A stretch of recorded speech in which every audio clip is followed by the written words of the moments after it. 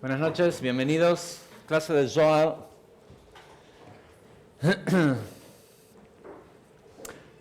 Parashat Vaishlach. ¿Se puede apagar esto?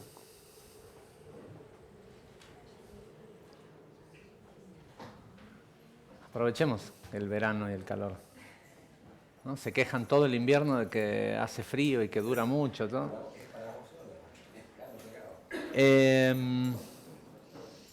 La porción de esta semana es una porción sumamente poderosa energéticamente y siempre la leemos en el mes de Kislev y tiene la particularidad, lo mencionamos todos los años, la historia central de la parashá es el reencuentro de Jacob con su hermano Esav y la famosa pelea que Jacob tiene con este ángel en el Yabok, en el río.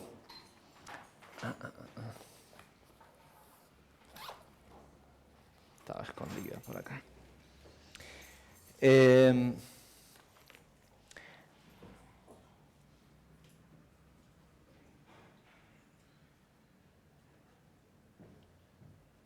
Y menciono esto de que siempre la leemos en el mes de Kislev, porque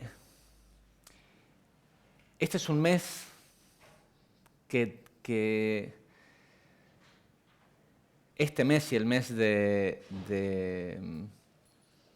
Adar son dos meses que tienen un potencial y una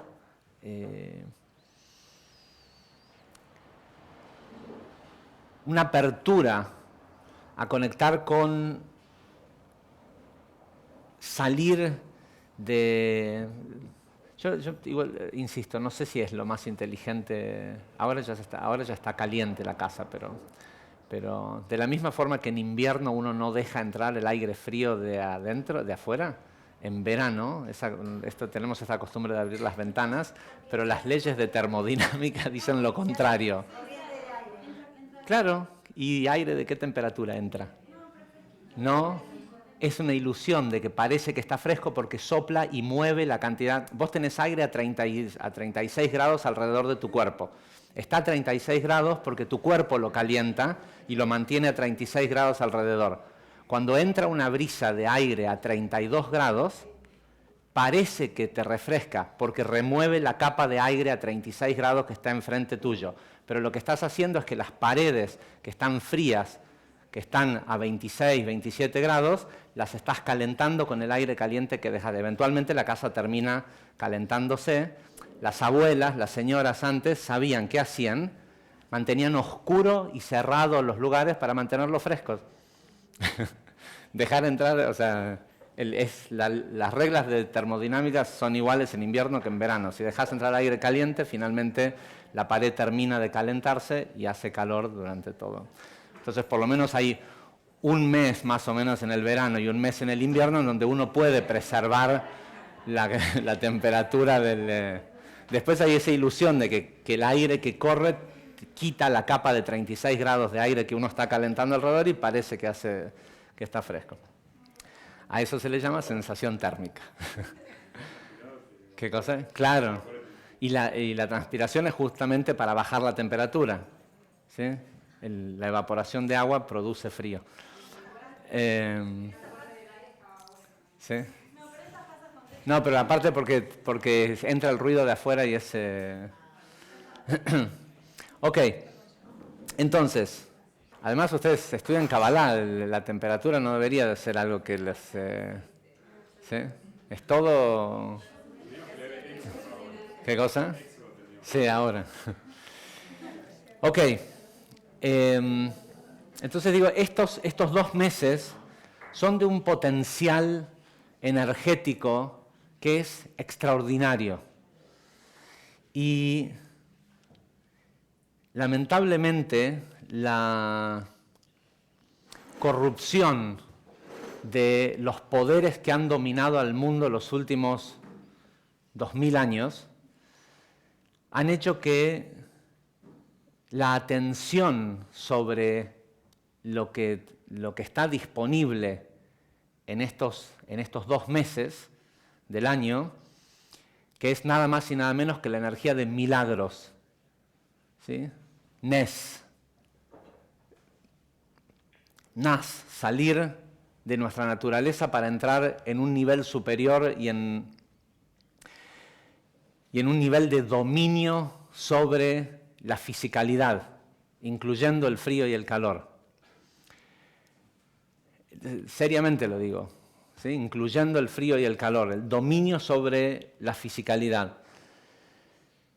Y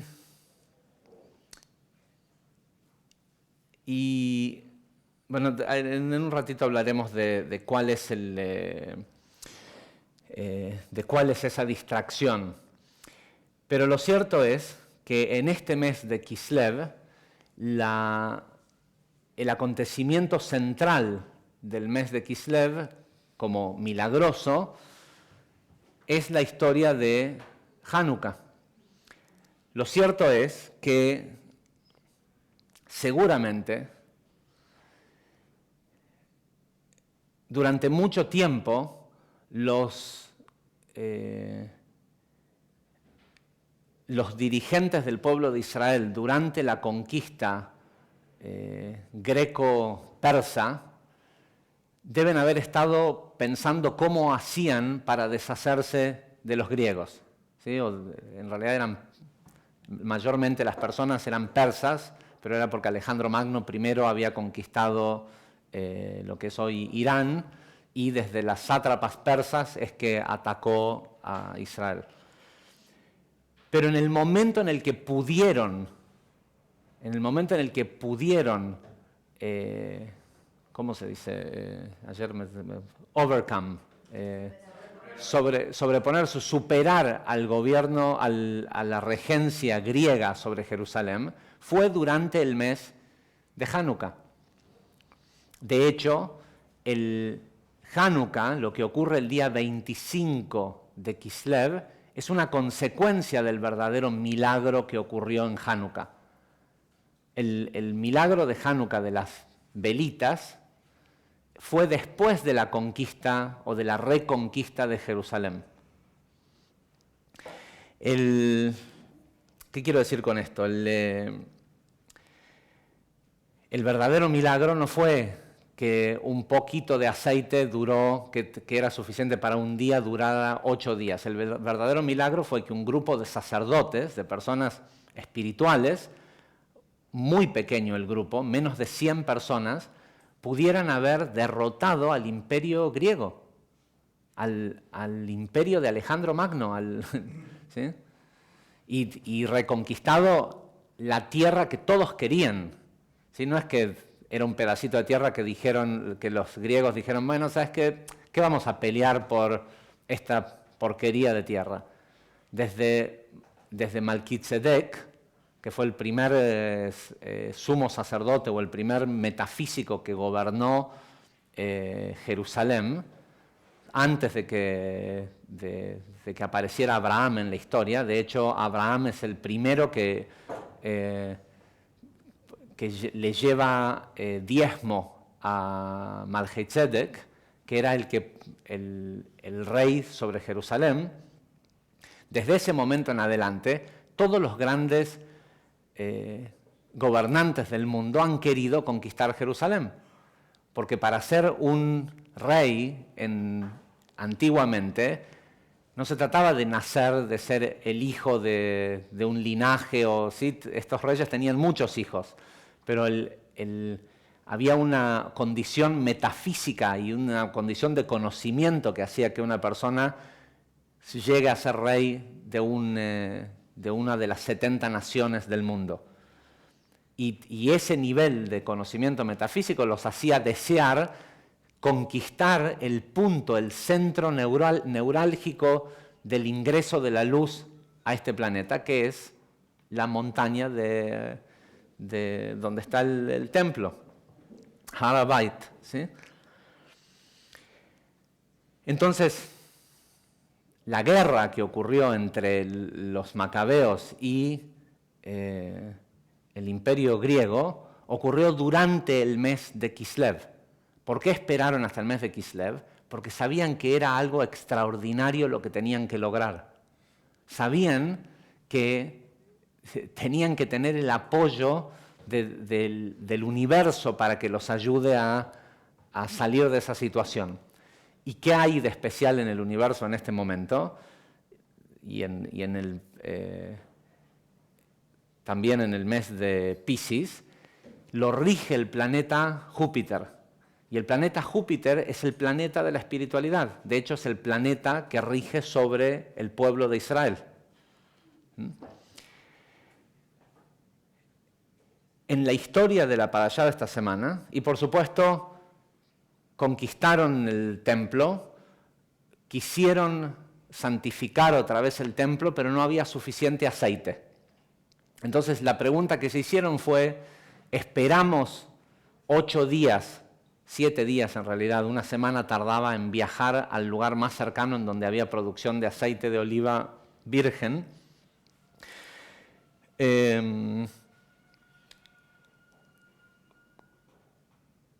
Esperamos los 7 días que se tarda en ir a buscar el aceite para que haya continuidad y tengamos suficiente aceite para quemar, o encendemos la menorá con el aceite, con estas pequeñas botellitas de aceites que habían encontrado, que apenas alcanzaban para un día.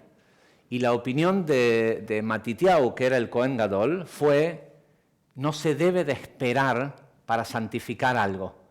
Lo santificaremos hoy y mañana se nos apagará el fuego de la menorá y la volveremos a santificar dentro de 7 días. Pero si hoy se puede hacer un trabajo sagrado, hay que hacerlo hoy, ¿sí? No hay que pensar en qué va a pasar mañana. Si con lo que sea que tengo hoy, con eso hago algo hoy. Y esa es una de las grandes lecciones también de la energía de esta semana. No te hace falta esperar a saber más, a tener más. Con lo que tenés hoy te tiene que alcanzar para hacer trabajo sagrado. Ahora, ¿cuál es la relación de esta historia, más allá de que ocurre en el mes de Kislev y que esta porción se da en el mes siempre la leemos en el mes de Kislev? Es que esas vasijas de aceite que encontraron en el templo las había traído Jacob hacía 1000 y tantos años antes.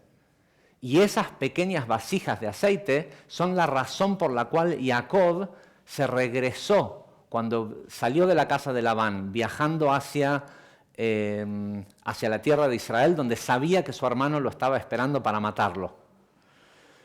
La porción empieza con la historia de que Jacob mandó mensajeros, ángeles, literalmente, con el poder que él tenía metafísico, envió ángeles que trataran de convencer a Esav de que Esav no lo mate.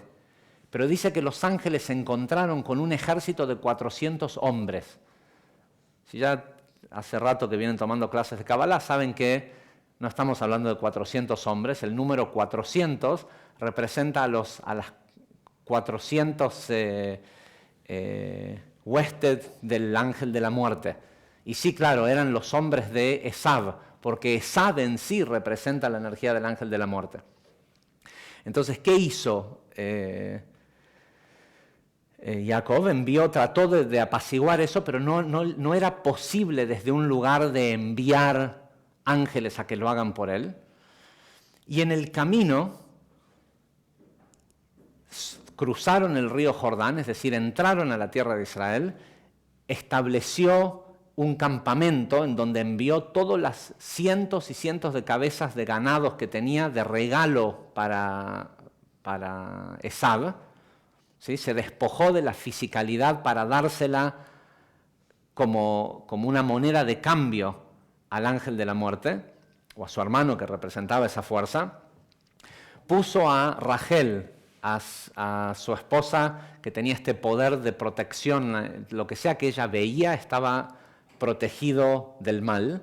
en la parte más alta de una montaña para que viera a todos sus hijos, a todos los hijos de Jacob, no los hijos de ella, y estuvieran protegidos. Y él les dijo, espérenme acá, porque me acabo de dar cuenta que nos olvidamos algo del otro lado del río. Ahora, Jacob era un tipo que era millonario, era un tipo sumamente rico,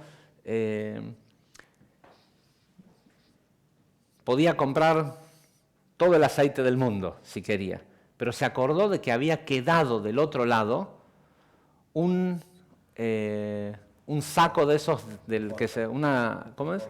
Una alforja que tenía botellas de aceite adentro.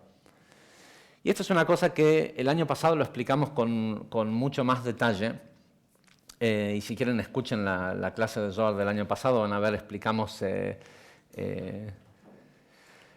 con más detalle el hecho de las partes del cuerpo y lo que representa un tzadik, y el porqué de Jacob yendo a buscar estas botellitas. Y digamos, para resumirlo, un tzadik sabe que si él tiene una posesión es para usarla para algún propósito, si no, no la tendría. ¿Sí? Para ponerlo de alguna forma, los tzadikim no tienen baulera, donde guardan cosas que ya no usan. Si lo tienen, saben que tiene un uso, y el tenerlo les exige encontrar para qué lo tienen. ¿Sí? Saber cuál es el propósito espiritual del por qué tienen algo. Y si no tiene un propósito espiritual, se deshacen de ello. ¿Sí? Lo regalan, lo transforman en dinero para poder hacer algo que sirva. La acumulación, ¿sí? Acumula clipot.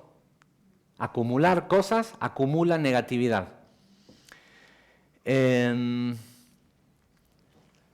Lo mismo que el polvo. Cuando un lugar está sucio y tiene polvo, el polvo atrae a las entidades relacionadas con el Satán, con el ángel de la muerte.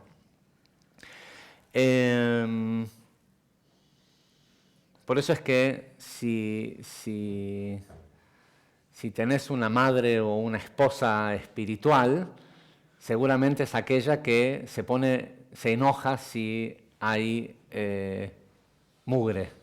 ¿Sí? No lo puede soportar, porque las mujeres son mucho más sensibles a la energía que tiene el caos. Entonces, ¿qué hace Jacob? Regresa a buscar estas botellitas de aceite que cuando él las va a buscar no sabe para qué sirven, pero sabe que si las tenía es para algo importante. Y esas botellitas, como en el proceso de ir a buscar esas botellitas de aceite, Jacob pelea con el ángel de la muerte y termina ganando la pelea, ¿sí? Que hoy vamos a explicar de qué se trata esa pelea con el ángel de la muerte. Sus hijos deciden conservar estas botellitas de aceite como un souvenir de la victoria de Jacob contra el ángel de la muerte, y eso hace que las conserven a través del tiempo. ¿Sí? Que las conserven en Egipto, que cuando Moisés se va de Egipto y lleva al pueblo de Israel, alguien se encarga de llevar los huesos de Yosef y las botellitas de aceite que simbolizaban haber ganado contra el ángel de la muerte. Quiero que sepan que lo que voy a decir en esta clase de Zohar, hace por lo menos 15 años que tengo ganas de decirlo y no lo digo, pero este año lo voy a decir. Es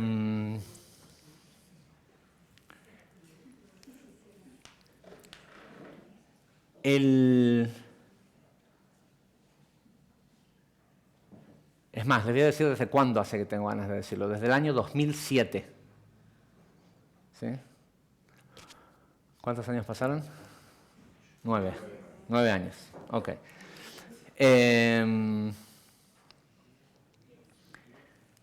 Entonces,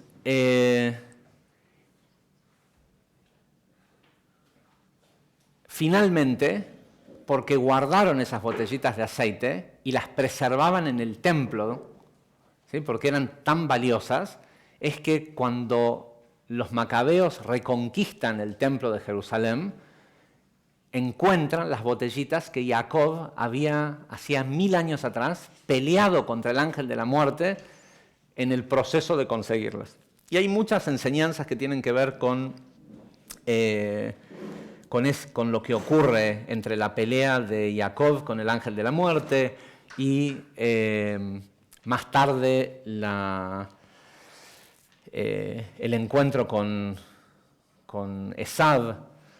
Esta es la porción de la Torá donde aparecen los reyes de Edom, ¿sí? La famosa historia de los mundos anteriores a este mundo. Que si me preguntan a mí, alguien se encargó de sacarla del Zohar. En la historia del Zohar de esta semana está ligeramente mencionado el tema ahí está la pregunta del por qué la Torá, después de que muere Isaac, solo después de que muere Isaac, cuenta a los hijos de Esav, que era otro de los hijos de Isaac, que eran gemelos, Jacob y Esav, y después enumera las generaciones de de Esav, cuando las generaciones de Jacob fueron contadas y los nombres de los hijos de Jacob son contados por la Torá mientras Isaac está vivo.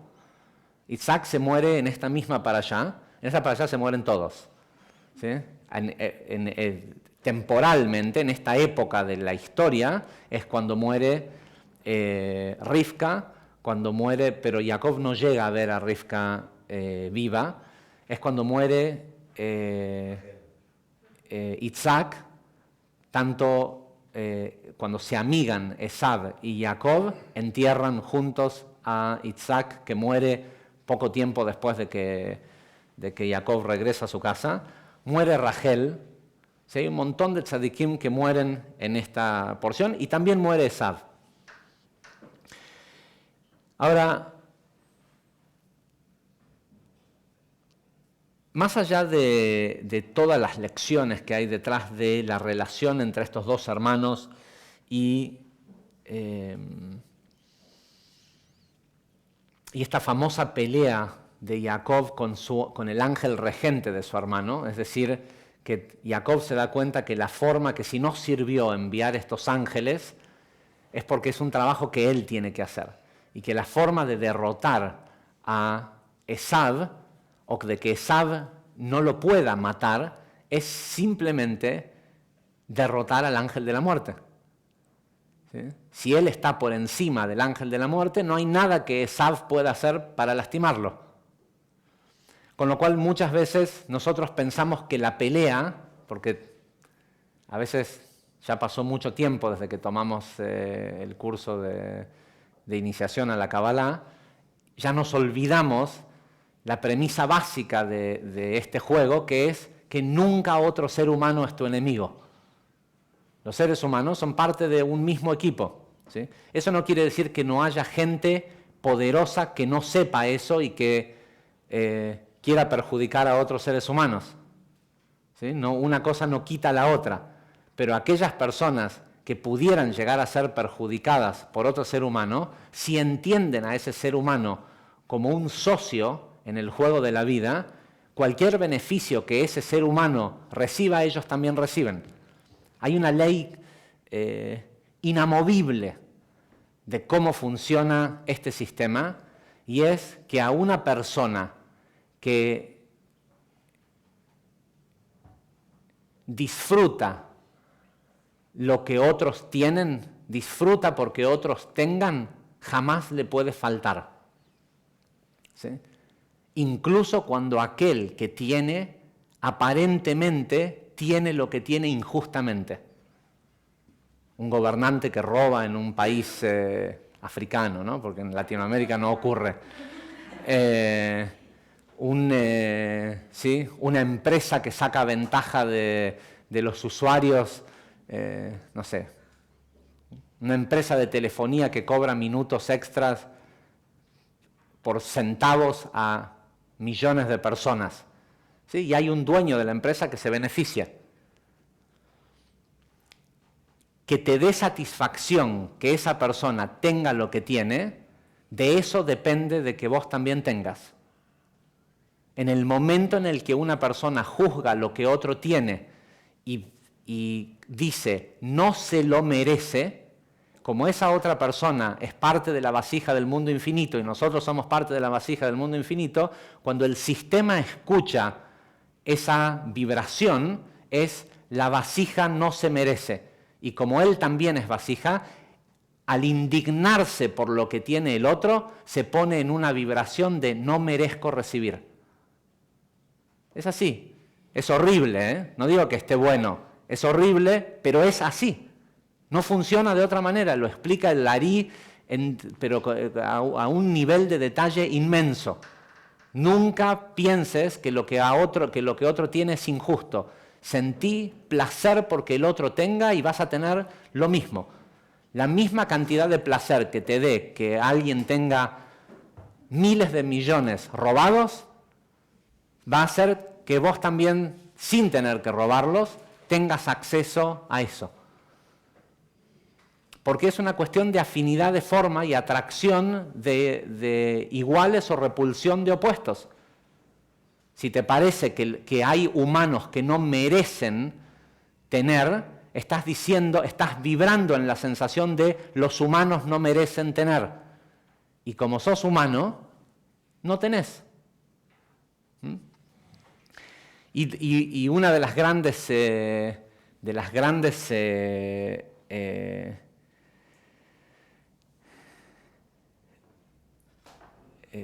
trucos, ¿sí? De los hackeos que tiene el sistema, que la gente no puede entender cómo puede ser que entonces gente que se maneja de una cierta característica, digamos esos gobernantes africanos, ¿sí? Que odian que otras personas tengan dinero, porque es muy común que en ese tipo de gobernantes abusivos odien que otras personas millonarias tengan dinero, esto, lo otro, lo que sea. Y uno se pregunta entonces, puede ser que esto no es cierto, que no funciona así. Esos gobernantes nunca quieren dinero. Lo que quieren es poder y siempre, siempre admiran el poder del otro, incluso cuando es un contrario. ¿Sí? No, siempre admiran el poder, no importa quién lo tenga. Y el hecho de que lo que ellos quieren y admiran es poder, reciben poder y ese poder conlleva grandes cantidades de dinero. Pero lo que buscan no es dinero, ¿sí? Lo que buscan es poder. Entonces, en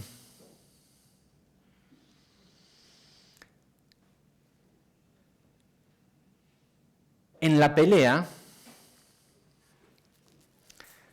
tenemos que recordar, es decir, cuando tenemos una dificultad, la pelea es simple, pelean durante toda la noche, ¿sí? Y hay tiene un sentido el hecho de que la pelea sea durante toda la noche, ¿sí? En el momento de oscuridad. Y Jacob está lo más abatido en la pelea justo antes que salga el sol. Pero en el momento que aparece el sol,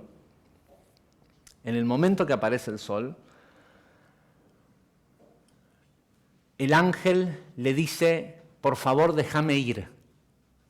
¿Sí? En ese momento Jacob logra sobreponerse sobre el ángel y el ángel le dice, déjame ir, que está amaneciendo. Y Jacob le dice, no antes de que me bendigas. ¿Y cómo lo bendice? No le dice, ojalá que tengas muchos años de vida, ojalá que seas muy feliz, ojalá que tengas buena salud, te deseo que tus hijos sean buenos, te deseo mucho dinero. ¿Cómo lo bendice el ángel de la muerte el ángel de la muerte, no es un ángel cualquiera, es el ángel de la muerte, lo bendice a Jacob y la bendición que le da es, muy bien, te voy a bendecir, tu nombre desde este momento será Israel. La primera vez que aparece el nombre Israel en la historia, aparece de la boca del ángel de la muerte, cambiándole el nombre a Jacob. ¿Podrá ser que toda esta historia es algo que físicamente ocurrió, que hubo una pelea y que esto, o esto es parte de una verdad cósmica, metafísica mucho más grande que una simple historia que es casi imposible de creer?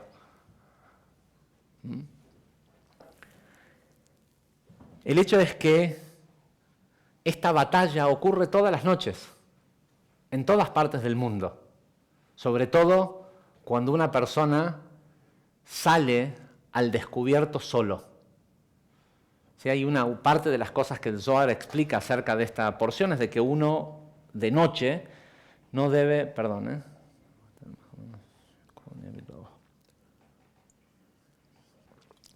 y la clave de que no tengas calor es tomar té caliente.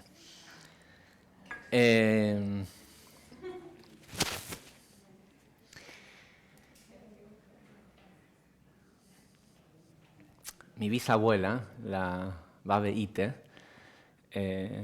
vivían en el norte de Santa Fe y después también vivieron en el Chaco, y en pleno verano tomaba té caliente, caliente, y siempre decía, ¿cómo refresca el té? Entonces,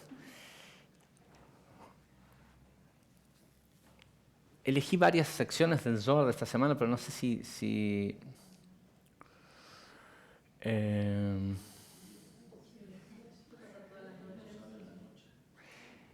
uno no debe de ir a lugares desérticos, en donde, por ejemplo, un campo en donde no crece, donde no se siembra cultivos, uno no debe de cruzar un campo árido de noche. Uno no debe de ir a una laguna de noche, no debe meterse al mar de noche, mucho menos solo. ¿Sí? Al mar es peligroso incluso con otras personas, pero solo...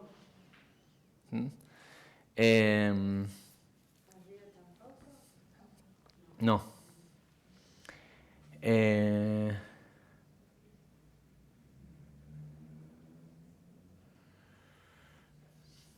Vamos a lo mejor a leer un poco de eso.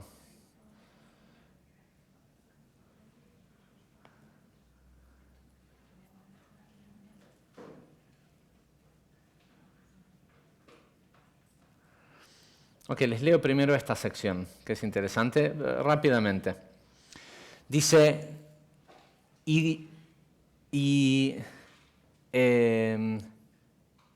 Veyavek quiere decir, ¿cómo se dice wrestle? Y lucharon, pero como vieron como la lucha en el piso, ¿sí? Dice, y luchó con un hombre durante toda la noche. Entonces el Zohar pregunta, dice, ¿por qué poner luchó? ¿Qué quiere decir Yavek? Y por cierto, en este lugar, el río Jordán, que en todas partes de la Torah es llamado Jordán, en este lugar es llamado Yavok, que tiene la misma raíz. Dice, Rabbi Shimon contestó, es porque él vino del polvo. Polvo en hebreo se dice avak, que es por eso cuando digo de que luchó pero tirado en el piso, es cuando se lucha, se utiliza ese verbo en hebreo, cuando la pelea es en el suelo. ¿Sí? Dice, tal como ya fue explicado, el polvo tiene menos importancia que la tierra, puesto que en el polvo no crece nada. ¿Cuál es la diferencia entre uno y otro? Dice, es que el polvo es un residuo. Y en el polvo no crece nada, no es como la tierra que da frutos.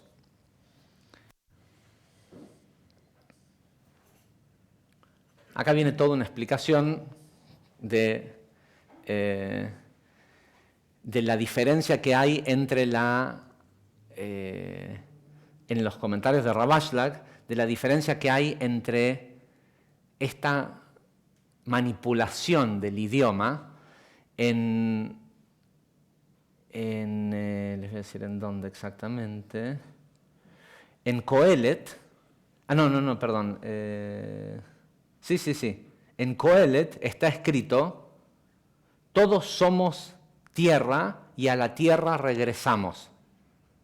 Pero dice la palabra tierra, mientras que la Iglesia Católica, en su traducción de la Biblia, se encargó de decir, del polvo venimos y al polvo vamos.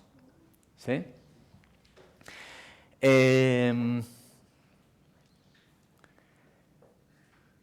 Y hay toda una explicación acá de la relación que hay entre el concepto del polvo y el ángel de la muerte, porque nada crece en el polvo. Dejamos eso de lado, con lo cual vayan a sus casas y ¿cómo se dice? Despolven. ¿Cómo se dice? Es interesante porque en inglés el verbo de sacar el polvo se dice polvo. ¿Sí?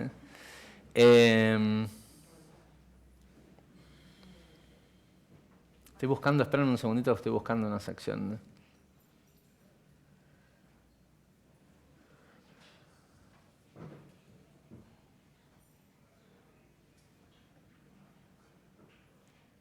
Pensé que la había anotado, quería leerles la sección para que entiendan lo peligroso que es esto de ir a un lugar desolado de noche, incluso en las ciudades. ¿Sí? Hay una avenida principal y hay un callejón y no hay nadie, literalmente no hay nadie en el callejón. ¿Por qué creen que da miedo entrar? ¿Sí? En los lugares en donde hay menos de 3 personas, se juntan los trabajadores del ángel de la muerte. ¿Sí? Se juntan entidades que son parte de los ejércitos, de estos 400 ejércitos del ángel de la muerte.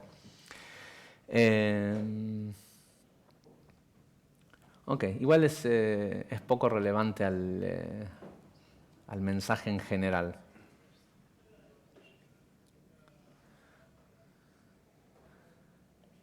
Creo que sí había una sección, acá esto.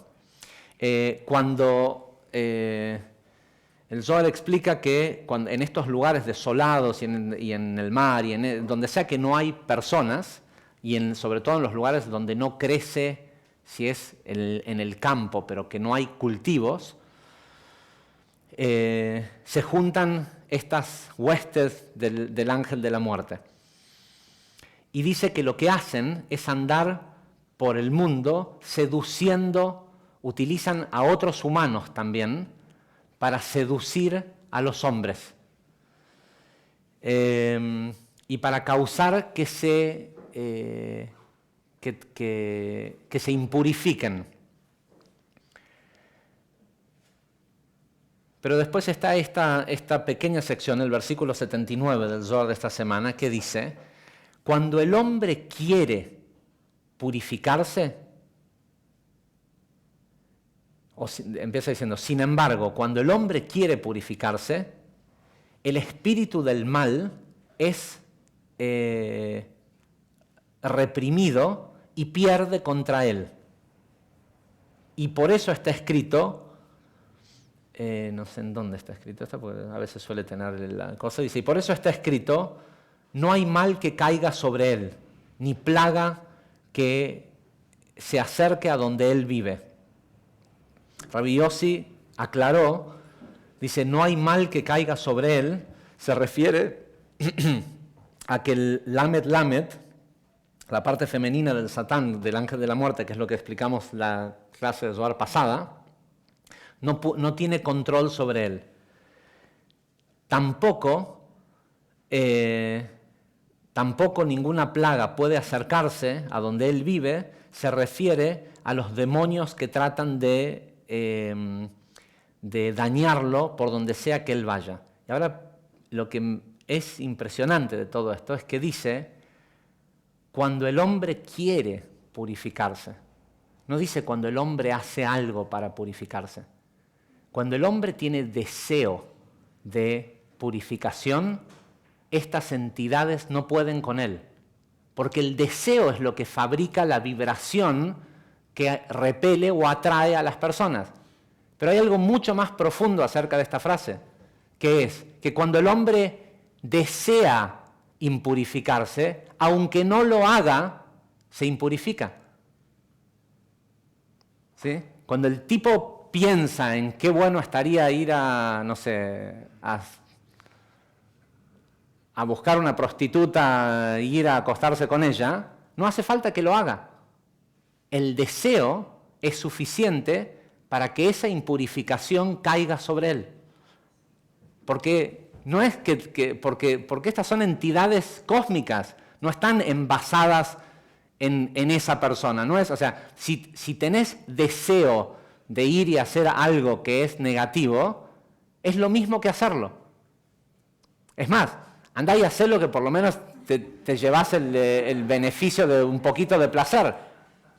Pero no pienses de que estás a salvo, porque lo que genera la atracción y la repulsión es tu nivel de vibración. Y tu nivel de vibración se determina por el deseo. Entonces, si la persona desea lo impuro viene a domicilio. ¿Sí? Tal vez la prostituta o el alcohol o lo que sea que te haría mal no va a venir a domicilio a menos que llames un delivery. Pero la negatividad que eso conlleva, sí. Y de la misma forma, cuando la persona desea, cuando está caído en el pozo y desea purificarse, también llega, esto lo leemos cuando el Zohar explica, cuando vengan alguna vez de vuelta a escuchar el curso Ser y Vivir Libres, en la primera clase decimos, leemos una sección del Zohar que dice estos son los hijos de Israel que descienden a Egipto, ¿sí? Dice, y cuando la persona desea adhesión con Dios, desciende sobre él un primer pedazo de alma de Ruach. No tiene que ir a hacer una cosa en particular, solo tiene que desear. Cuando la persona desea conexión con el Creador, empieza a suceder. ¿Sí? Pero ¿cuántos de nosotros nos ponemos realmente a pensar que deseamos conexión con el Creador si no es porque sabemos que conexión con el Creador puede querer decir la solución a tal problema, entonces lo que en realidad quiero es la solución al problema? Entonces, bueno, sí, si no hay de otra, quiero conectar con la luz. ¿Para qué? ¿Por conectar con la luz o porque querés que se te solucione el problema? Y todos lo hacemos, de una medida o de otra, todos lo hacemos. Entonces, en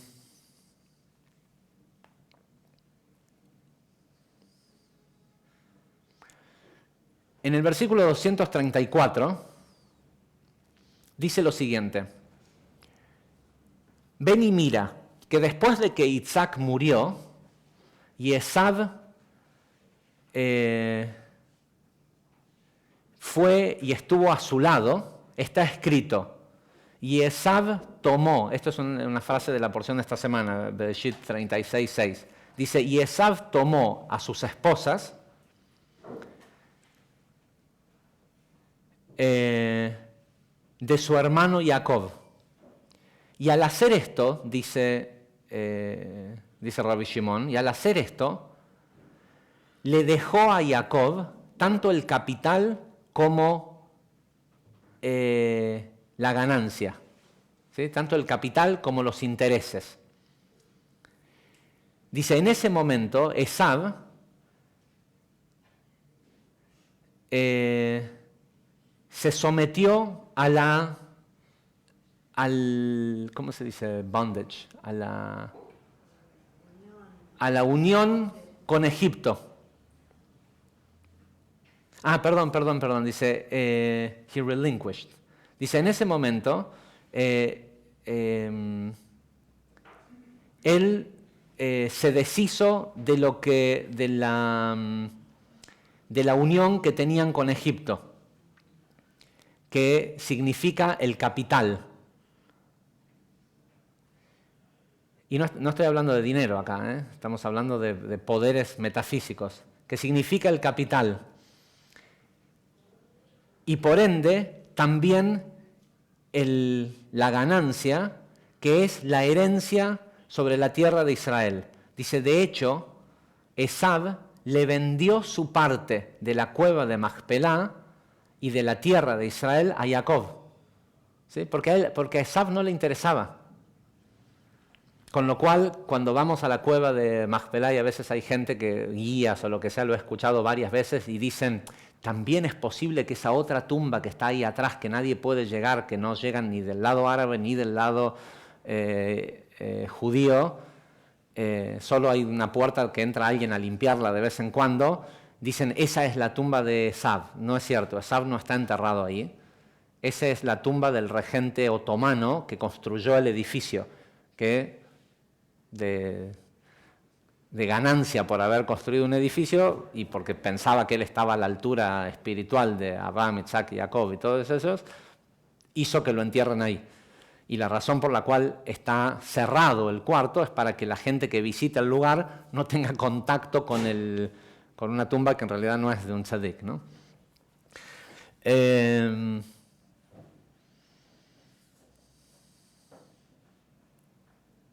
Dice, vengan y miren cuán grandiosamente fue acrecentada la porción de Jacob respecto a la de Esav. Dice, no solo que se incrementó, sino que sobre lo que Esav le dio, Jacob incrementó aún más. Dice, Jacob por esto continuó teniendo la herencia de sus padres, lo dice el Zohar, y de sus ancestros. ¿Hay más ancestros detrás de los padres? Abraham e Isaac. ¿Sí? Había algo que venía de Egipto, que estaba en la familia, de lo cual él se quedó y Esav no. Sí, algo ancestral para ese momento, porque tu papá nunca es algo ancestral, ¿no? Tu papá es lo inmediato, ancestral es algo, ¿sí?, mucho más viejo. Y así es que está escrito que se fue hacia otra tierra, hacia otro país, lejos de su hermano Jacob. Es decir, respecto a Jacob, Jacob expulsó al ángel de la muerte lejos de él.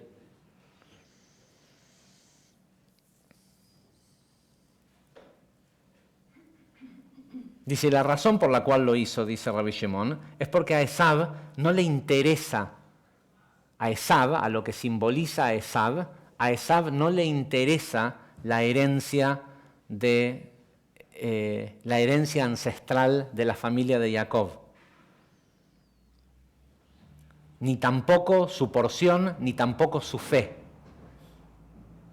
Feliz es la porción de Jacob en este mundo y en todos los mundos, de quien está escrito, puesto que la porción del Creador, la porción de Hashem, es su pueblo. Y su pueblo son los hijos de Jacob. Los hijos de Jacob, su porción y su herencia. Es raro, ¿no? Esto es el versículo 2.34 y 2.35 del Zohar de esta semana. Al principio de la clase dije que este mes es uno de los meses en donde año tras año, tras año, tras año, la mayoría de la gente del mundo, si no todos, tal vez hay algunos pocos, se pierden la oportunidad de conectar con uno de los poderes disponibles más grandes que hay en el universo, ¿sí? Que es la conexión con la energía del mes y con el planeta regente que es Júpiter, y más allá de que nosotros sepamos que es en realidad con la letra Gimel, la letra Gimel tiene valor numérico 3, ¿sí? ¿Por qué el planeta Júpiter es tan poderoso? Porque es el planeta que representa las 3 columnas. La letra que lo creó es la letra Gimel y es la diferencia entre los mundos caídos del caos, en donde se pensaba que las sefirot eran lineales y verticales, y lo que reveló Rabbi Shimon Bar Yochai en el comienzo del Zohar, en el Idra Rabbah, de que este mundo se sostiene por 3 columnas, la derecha, la izquierda y el centro. La cruz, ¿no?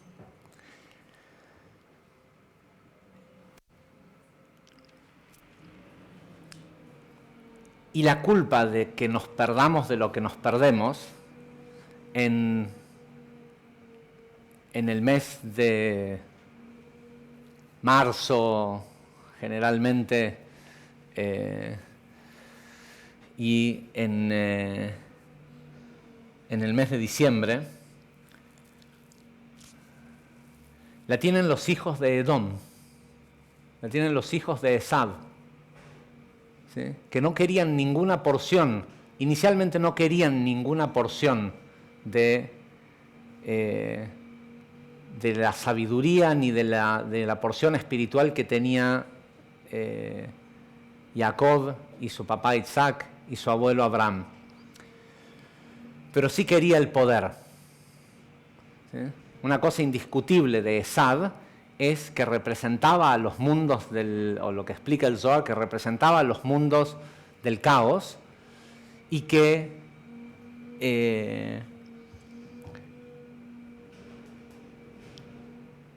representaba el dominio sobre, o el intento del dominio sobre la humanidad para su detrimento, para la muerte. Hoy,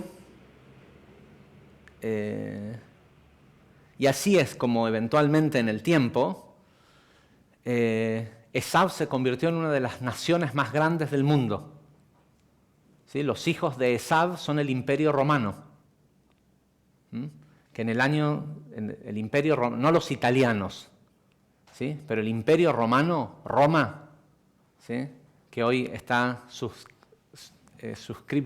circunscripto a un área mucho más pequeña, la ciudad, el país más pequeño del mundo y el más poderoso, ¿sí?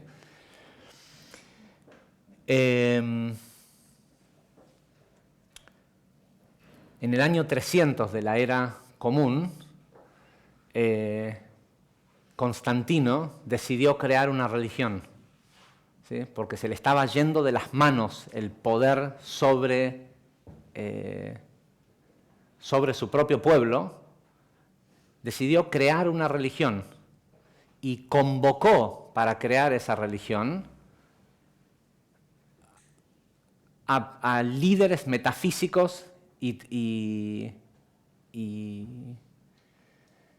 sabios espirituales de muchas naciones. ¿Sí? Era un tipo sumamente poderoso. Y a mí cada vez que viajamos a Israel, la gente me pregunta, contanos lo que se sabe en la Kabbalah sobre Cristo. ¿Sí? Sobre el personaje llamado Jesús, ¿sí? Yeshua, el Ari habla de él. Así que yo no voy a ser de los que dice no existió. La historia, los historiadores, históricamente y objetivamente dicen que Cristo no existió. Porque no hay ninguna prueba, alguna, de su existencia física en el mundo. Sobre todo porque habían al menos 2 docenas de historiadores contemporáneos a él de otros pueblos, ¿sí? Que también vivían en la tierra de Israel, que no escribieron esa misma historia. Si alguien hubiera hecho todo lo que supuestamente está escrito en el Nuevo Testamento y eso hubiera sido algo notable, y no algo que cualquier Taná podía hacer, ¿sí? Los Tanaim, la gente que escribió el Talmud Yerushalmi, el Talmud de Jerusalén, para que los admitieran a las reuniones, tenían que probar que podían resucitar muertos, que podían hacer llover, había una serie de milagros, no eran milagros, se necesitaba saber que era gente que tenía dominio sobre la fisicalidad para saber si valía la pena tomar en cuenta su opinión o no. Está escrito en el mismo Talmud, todos los Tanaim, que eran contemporáneos de Cristo, sabían hacer las mismas cosas que eventualmente se convirtió en las hazañas de esta nueva religión. Y lo cierto es que la mayoría del mundo está pasando el mes de diciembre perdiéndose una tremenda oportunidad, porque la verdadera oportunidad no está en el momento de Hanukkah cuando ocurre el milagro de las velitas, sino que está ahora, cuando uno puede pelear contra la muerte y ganarle. Estamos ocupados planeando la Navidad.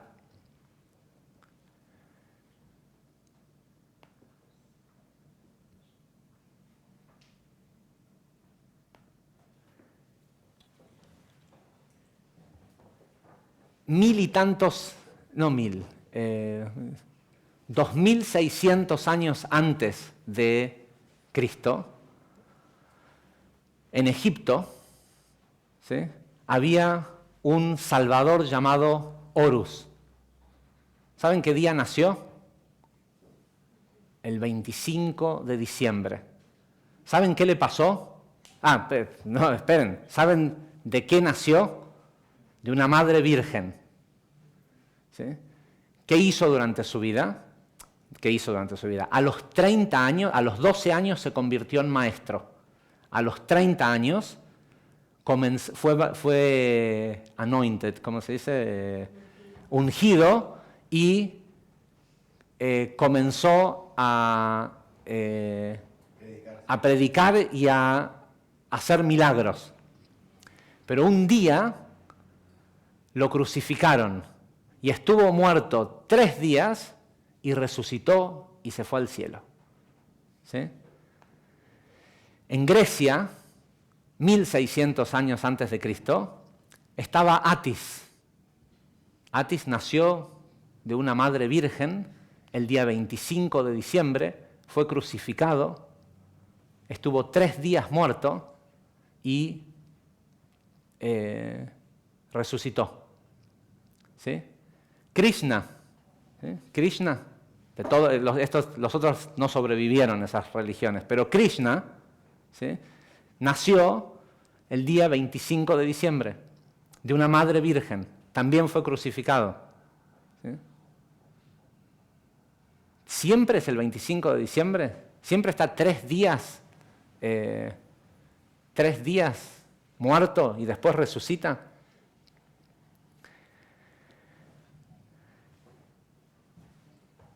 Y este señor, y por cierto, cada uno de estos salvadores en las distintas religiones tuvieron o 12 alumnos o 12 hijos.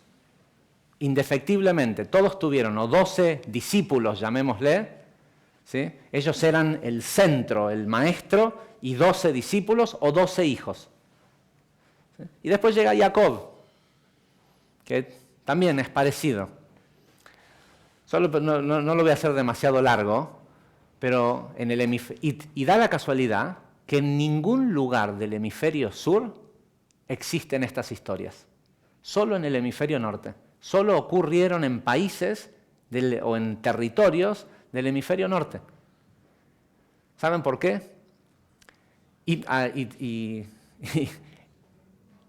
Los egipcios tienen cruz, ¿o no? ¿Sí? ¿Todos son crucificados estos tipos? ¿Y terminan detrás de ellos habiendo una cruz? La verdad detrás de todo esto es que hay un astro, rey, hijo de Dios. El Zohar lo dice. Había seleccionado una sección también, pero tengo un compromiso, no puedo quedar demasiado tiempo. El Zohar también en esta parashá habla sobre la creación del sol y la luna, y de que en un principio fueron creados iguales. El sol, ¿qué es? La luz. La luna, ¿qué es? La vasija. Al principio la luz y la vasija eran iguales, eran infinitos. Pero la luna se quejó, dice el Zohar. ¿Y qué hizo Dios? La disminuyó. Tzimtzum, la ruptura de la vasija. ¿Sí? El Hijo de Dios en este mundo físico es el sol. Y ese sol viaja a través de 12 meses del año, de 12 hijos, 12 discípulos, 12 signos del zodíaco, y esos 12 signos en esa rueda están divididos en 4 con una cruz, porque hay 3 signos que corresponden a la primavera, 3 signos al verano, 3 al otoño y 3 al invierno. Y la razón por la cual hay una cruz es porque cada vez que el sol pasa por la cruz, hay un equinoccio o hay un solsticio. ¿Sí? La cruz determina el centro y la marca en el tiempo, en una cosa que es cósmica. El día 22 de diciembre es el peor día del año en el hemisferio norte. ¿Por qué? Porque es la noche más corta y hay una batalla histórica entre la noche y el día. ¿Por qué? Porque el bien y el mal, la noche y el día. El día es el momento en el que sale el sol y la gente entendía que el sol era lo que le daba vida al mundo.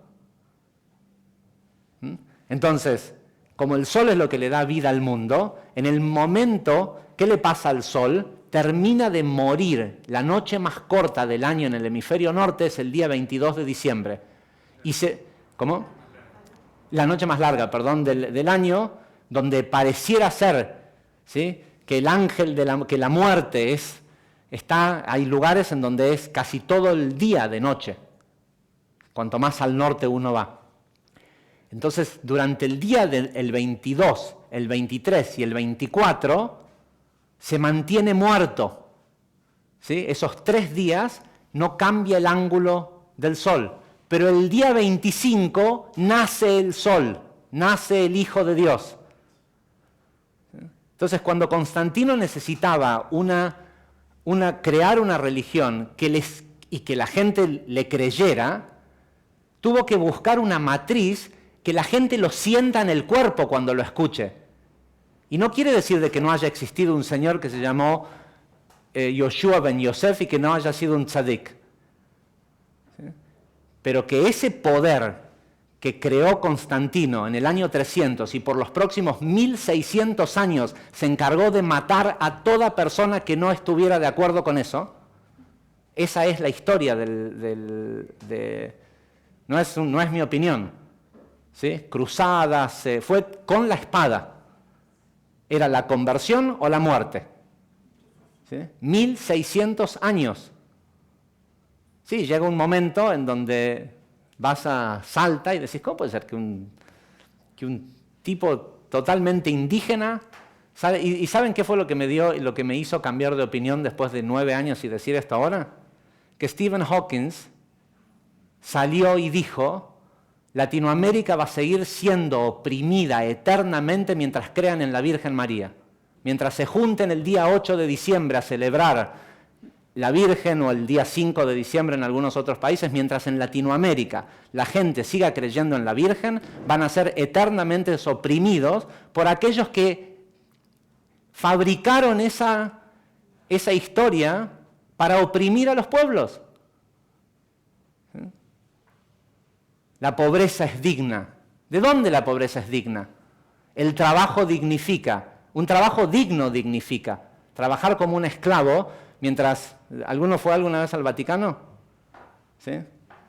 Mientras otras personas, que son los que te dicen eso, ¿sí?, viven en un palacio hecho de oro, ¿sí?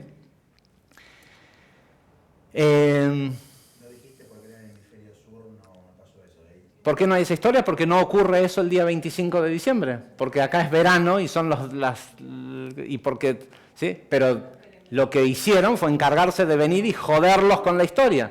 Venir, conquistarlos y imponerles la historia. ¿Saben por qué todos nacen de una virgen? ¿Sí? Porque el día 25 de diciembre, la constelación que está normalmente encima de perpendicular al ángulo perpendicular a la Tierra es la constelación de Virgo. ¿Sí? Y la estrella del sur aparece, sobre todo si uno va muy alto en el hemisferio norte, la estrella del sur aparece al amanecer, se la ve de día. ¿Sí? Y mientras se la ve de día, hay otras 3 estrellas que son llamados los reyes, ¿sí? Esas 3 estrellas son históricamente llamadas, acá en Latinoamérica le llaman las 3 Marías, ¿sí? Pero tradicionalmente fueron llamados los reyes. El ángulo de las 3 Marías o de los reyes con la estrella del sur apunta justo al lugar en donde sale el sol. Por eso hay una estrella que apunta al nacimiento. ¿Al nacimiento de qué? Del sol. ¿Sí? Y esto también quiere decir de que hay una energía especial de renovación y de crecimiento y de todo eso, pero si te quedaste enganchado en la mentira, ¿sí? Que hoy ya no es tan importante porque la misma gente que creó esa mentira, si hoy ya no crees en la mentira, seguís siendo su esclavo. ¿Sí? Porque si tenés una tarjeta de crédito en tu bolsillo y tenés algún tipo de crédito tomado, seguís siendo, es lo mismo que seguir yendo a que te mientan a la iglesia. Es lo mismo. La razón por la cual no nos importa tanto ya que vengas a la iglesia o no, es porque ya estamos en tu bolsillo o en tu e-banking. Es el mismo poder, es la misma. Y la verdad que después de ver la reacción de la gente en la clase de ayer y algunos comentarios que me llegaron, gente que escribió, me buscaron en Facebook y me escribieron, gente que ni siquiera son amigos míos de Facebook, pero me mandaron mensajes agradeciéndome por la clase de ayer. Dije, a lo mejor este es el año en el que hay que decirlo. Y hay que empezar a. Está genial si tienen ganas del día 24 de la noche, hacer una fiesta electrónica, si quieren, hagan. Sí, por lo menos algo que se diviertan, ¿no? Al menos no se impongan juntarse a pelearse con su familia. ¿Sí? Porque al final, entre la fiesta, el alcohol y esto y coso, como no se ven todo el año, aprovechan esa oportunidad para sacar a relucir amiguémonos.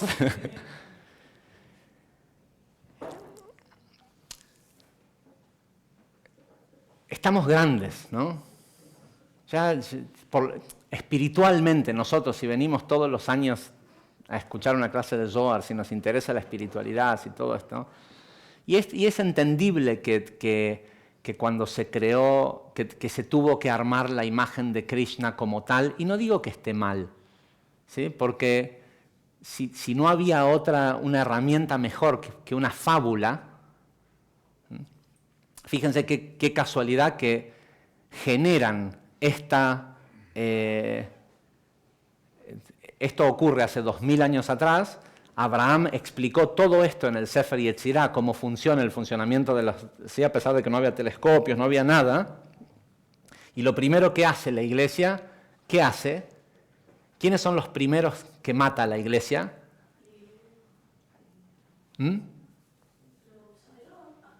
Los astrólogos. Declara que la astrología es un pecado.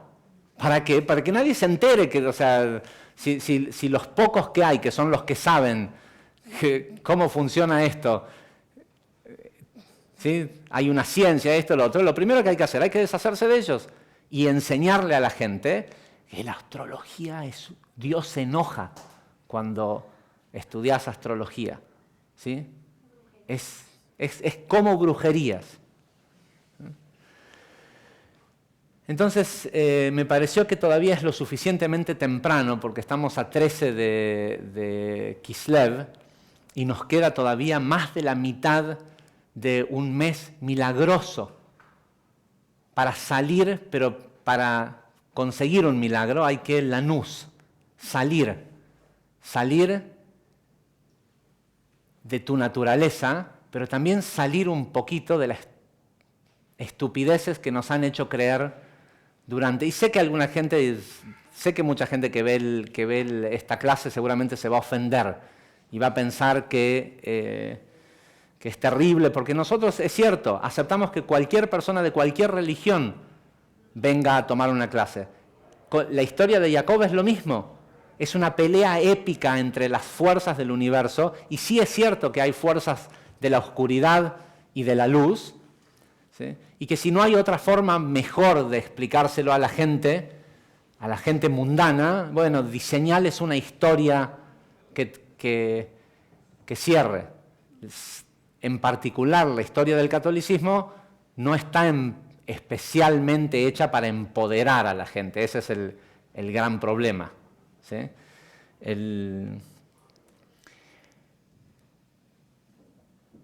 Sé que hay gente que se lo va a tomar a mal y que tal vez hasta se ofenda, pero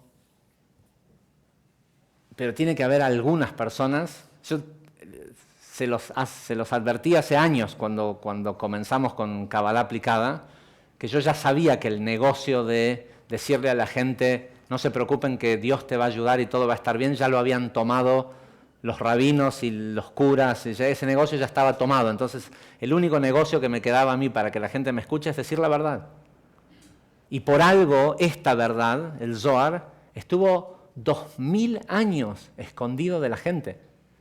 Y eso incluye la responsabilidad que tuvieron los líderes judíos no, esto sí es sagrado y es la verdad, pero no es para todos, ¿sí? Es solo para los eruditos.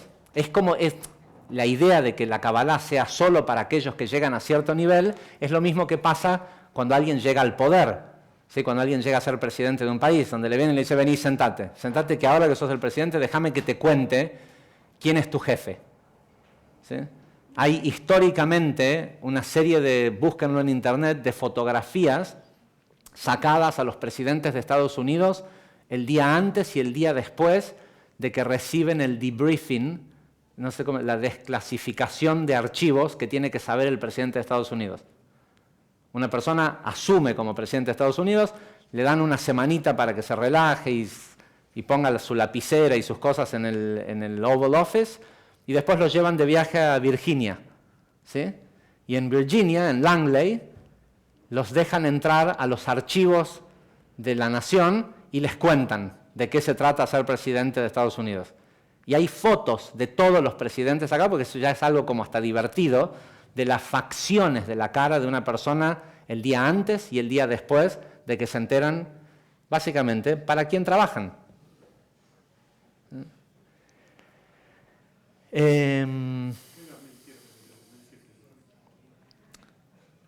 ¿Por qué desde el 2007? Porque fue la primera vez que leí esto.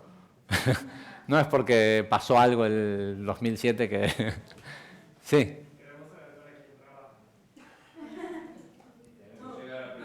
Para Esav. ¿Para quién trabajan?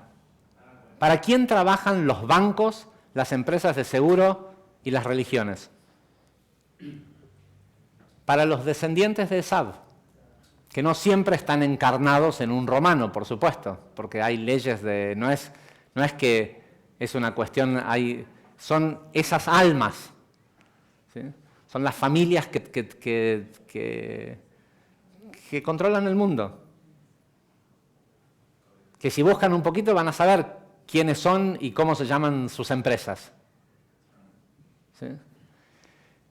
Todos trabajan para esa misma gente, solo que se alternan de vez en cuando el poder y también permiten o no que en el año 2000, cuando digo de que cuando me enteré de todo esto, cuando viví en Perú, vivía ahí por un puesto diplomático que tenía en una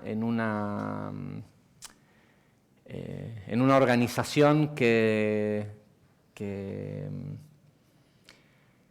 supuestamente tiene que promover el comercio exterior de Latinoamérica hacia el mundo. Y esa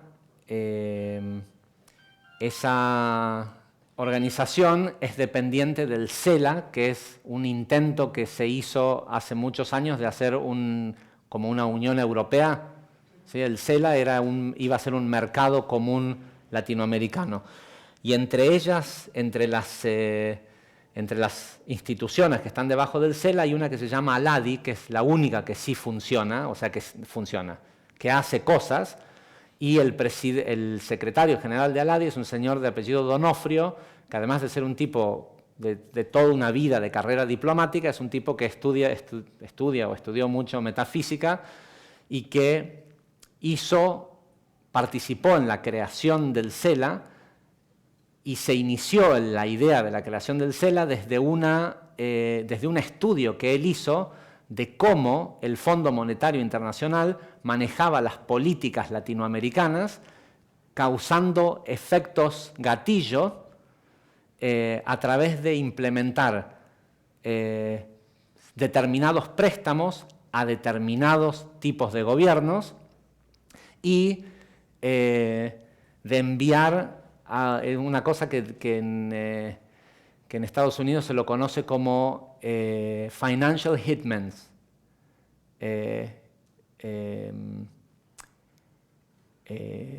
Mercenarios financieros. No, un hitman es un sicario, una persona que uno contrata para matar a alguien.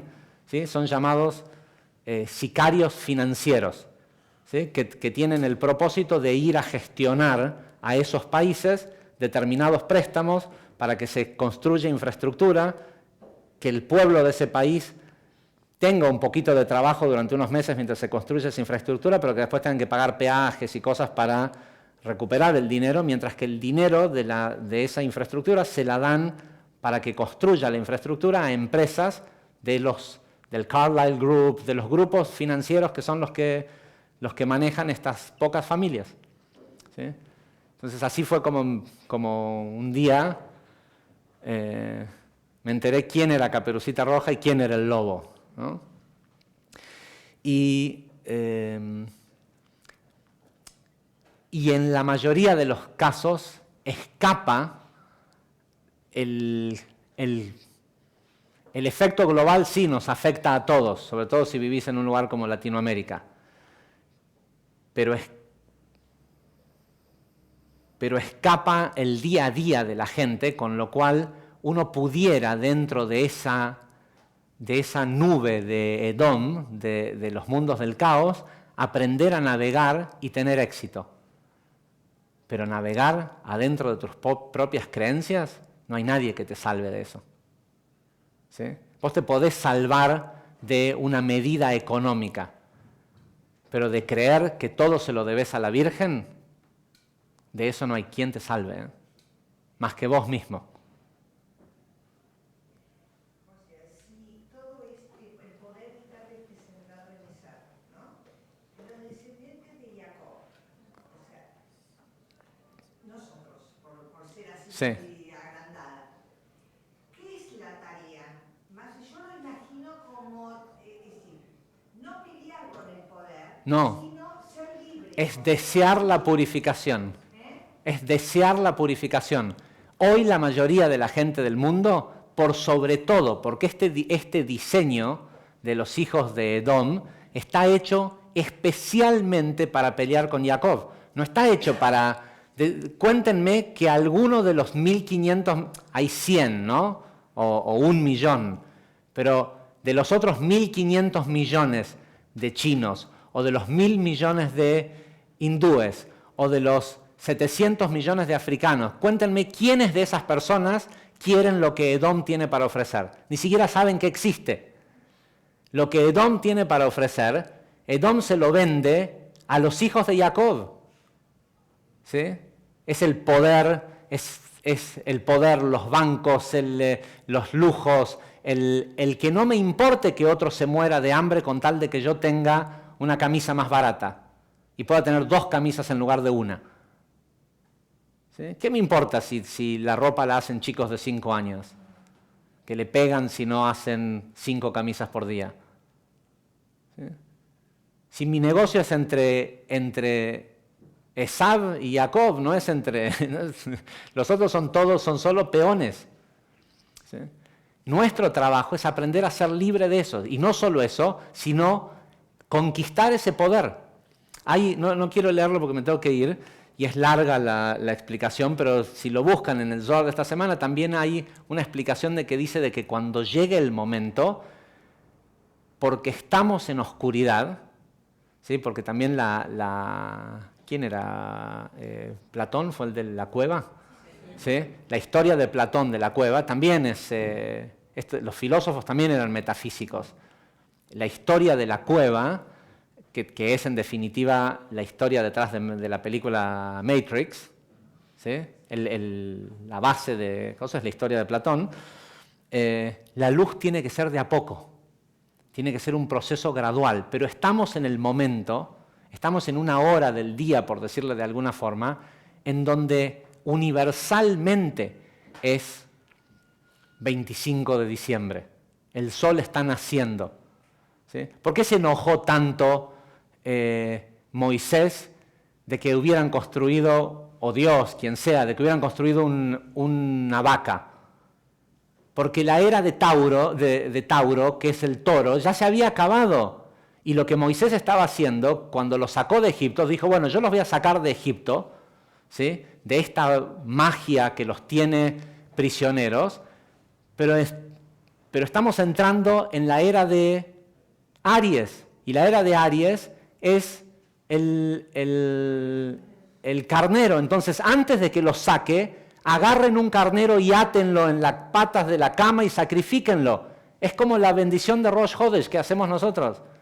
De la misma forma que hacemos Mevarjim HaHodesh, el Shabbat anterior, para tomar control de la luna, antes de que llegue la luna, lo que hizo Moisés, dijo, bueno, si vamos a salir y vamos a tener que ir a luchar con este pueblo que estuvo 200 años metido en un hervidero de brujos, lo primero que hay que hacer es que hay que desterrarles la influencia astral de la nueva era. Y no solo eso, sino que después los tipos van y hacen un dios de la era anterior. Entonces, ¿qué le dice este dios bíblico? Maten a todos los que hicieron el becerro.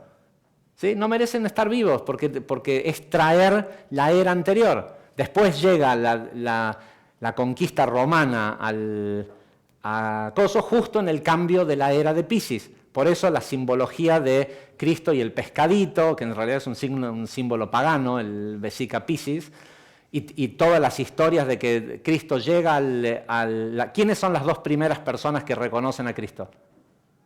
2 pescadores. Los primeros que le dan autoridad, y no pueden ser 3 pescadores o 4, no, son 2 hermanos pescadores. Y después el tipo va y con 2 pescados le da de comer a 500 personas. ¿No pueden ser 3 pescados? ¿No sería un milagro si fueran 3 pescados? Entonces cuando le preguntan, cuando está crucificado, y le preguntan, ¿cómo vamos a saber que volviste? Sigan al hombre que lleva el cántaro, ¿sí? La era de Acuario. Hay un trasfondo, y la historia esa, a Constantino, también lo jodieron. Porque Constantino lo que hizo, quería generar una religión, pero él no sabía cómo escribir tal documento. Y contrató gente que sí sabía, que esa gente lo que hizo con toda esa simbología fue esconder la verdad para que no le crean, para que aquel que se despierte el día 25 de diciembre y no aquel que lo duerman ese día durante todo un año más, ¿sí? Para que aquel que se despierte se dé cuenta. Por eso el que tenga ojos va a ver. ¿Sí? Y lo que va a ver es la verdad. Me tengo que ir. Gente, hasta la semana que viene.